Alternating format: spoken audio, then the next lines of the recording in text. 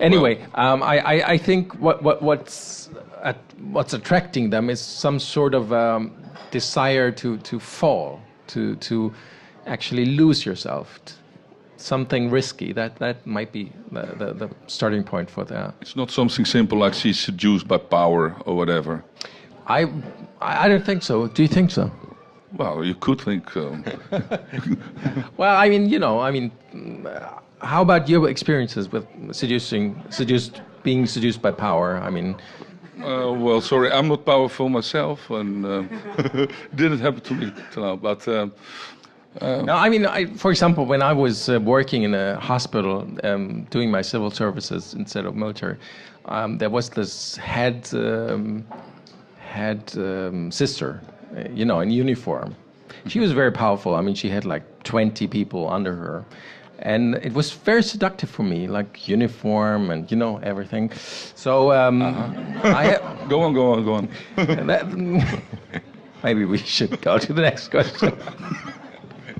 Okay. Well, there's one key moment I would think that Mr. Cordes goes to the press and this journalist tells him, in your position can't allow to have emotions. What you see is the moment he gives into this love or whatever it is, he starts losing it. Is it God's punishment, or is a man in his position not allowed to have emotions? Well, I'd say that there's a great desire when you're powerful to prove that it's about you, and it's not. You're just an example. And you're replaceable. And most powerful people forget that at a certain point.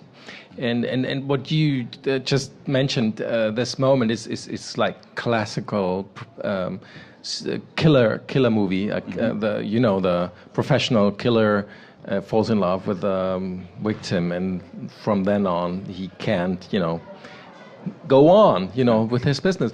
That's very similar. I mean, in a way, I mean, I'm not comparing bankers with killers, but the modes are the same.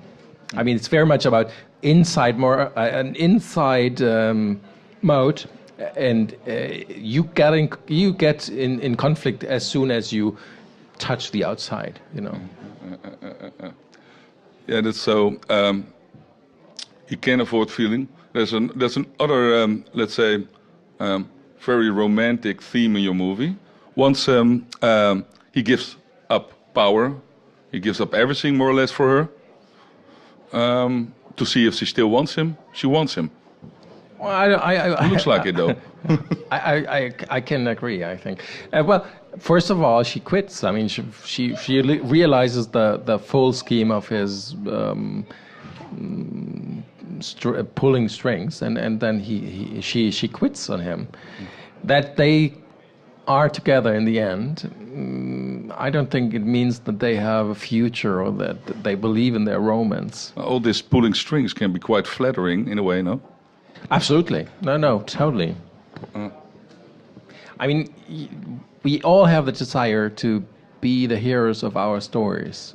And I strongly believe that our everyday task is to continue a narration where we play the main part, which is sometimes very difficult. We have to be inventive to make sure that we play the main part in our lives, So of course it's flattering if things come to you, or you see that people kill other people for you. Yeah. Certainly, it's very flattering, probably. Mm-hmm. About the lifestyle you show, all this between glass and mirrors, all this getting into an apartment and hiring an interior decorator to, invent a home that's not yours. What does it do to people? Well, I think in many ways it distances you from the everyday life of other people live. If you don't wash your dishes, you forget what it feels like. Yeah. And if you don't furnish your own apartment, you yeah, you lose identification with everyday things. I think it's quite dangerous in terms of that. Yeah, that you lose touch, or you're in danger to lose touch. And you have also the feeling with this relationship between Roland and Svenja that it's never quite natural. It's always a little bit prickly. It's Absolutely. I mean, it's some sort of a mismatch, I'd say. What we wanted to make clear from the very beginning that it's not amour fou and they can't live without each other. You know, it's they both hesitate if they should go through the moves of romance and if they believe themselves and so on. yeah. This is actually, I mean, very autobiographical. Oh, now you make us curious.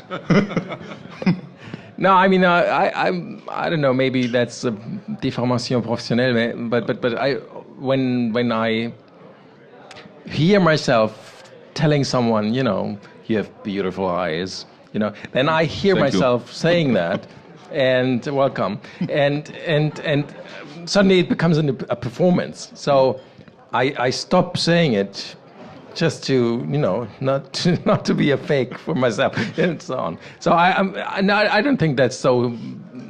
That's only because I'm a film director. I think we all, because of what we know through media consumption and media production, I think we all are strangely aware of how certain performances are created, and that life is full of make-believe, you know, and so I think it's quite a modern feeling. On a total different level, there's one strange fascination of Mr. Roland. He goes to this junkie to see how he shoots himself up. What is that all about? Well, you know, I mean, first of all, I found it very strange that the banking quarter in Frankfurt, where the film is shot, is at the same time the drug quarter. So you would virtually see people shooting up in the streets just before the big towers. So there's this spatial relation. I don't know why, but it's there. So that's the reason why I was thinking about that connection. And then I had the feeling that it's something he could be, at least secretly, be interested in, to see a real body, the needy body, you know, a world where that is radical about the body, because in many ways, in this world of power, you don't use your body. You know, it's a world of made beds. Driver picks you up. You're out of touch with other bodies and your own body too.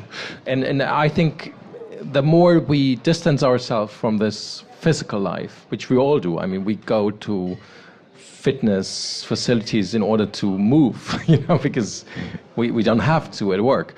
The more you distance yourself, the more you have this desire to come back to it. And that's why we go to movies and see creatures and blood and sweat and tears, and we love to watch criminals and so on. We love to watch basically things we avoid to do in our own lives. And that's the same situation. I mean, we watch on screen things we don't want to get touched by. So Roland is us watching a movie. Absolutely. At the moment. He's us. Yeah. Yeah. And also what I liked about the scene is that it touches the very business model of banking. I mean, business of banking is making people debt addicted.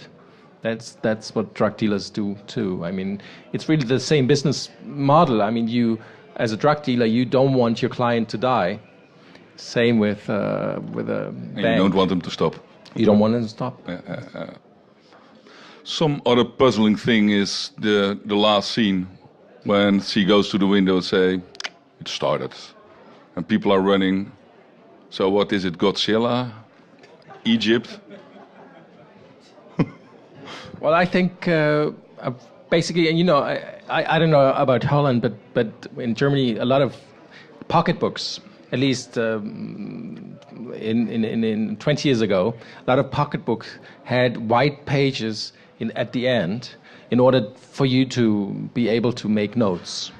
And I think in films that should be the same, And in a way, I hope that you would use the last scene to make your notes and to put in your own feeling. But anyway, I have certainly thought about what this could be about, and for me it's. But I don't mind a different interpretation. But for me, it's really the impossibility of an island. That all the things, the wheelings and dealings, eventually will have consequences, and that, so to speak, the crisis will hit the street sooner or later. Are you talking hopeful now, or hopeful in the sense that I strongly believe that if crime if a crime is committed, then we need to find out about it. Everybody should put out his mobile phone, except me. Sorry. So in that sense, it's romantic again. You say because yes, I'm hoping for reactions. I mean, it's what happened is and what still happens has gigantic proportions, and so far we don't see really any public grasp of it. No, we choose right-wing governments in reaction, so too bad for you. Thank you for this conversation and for the movie. Thank you for asking. And thank you. Thank you.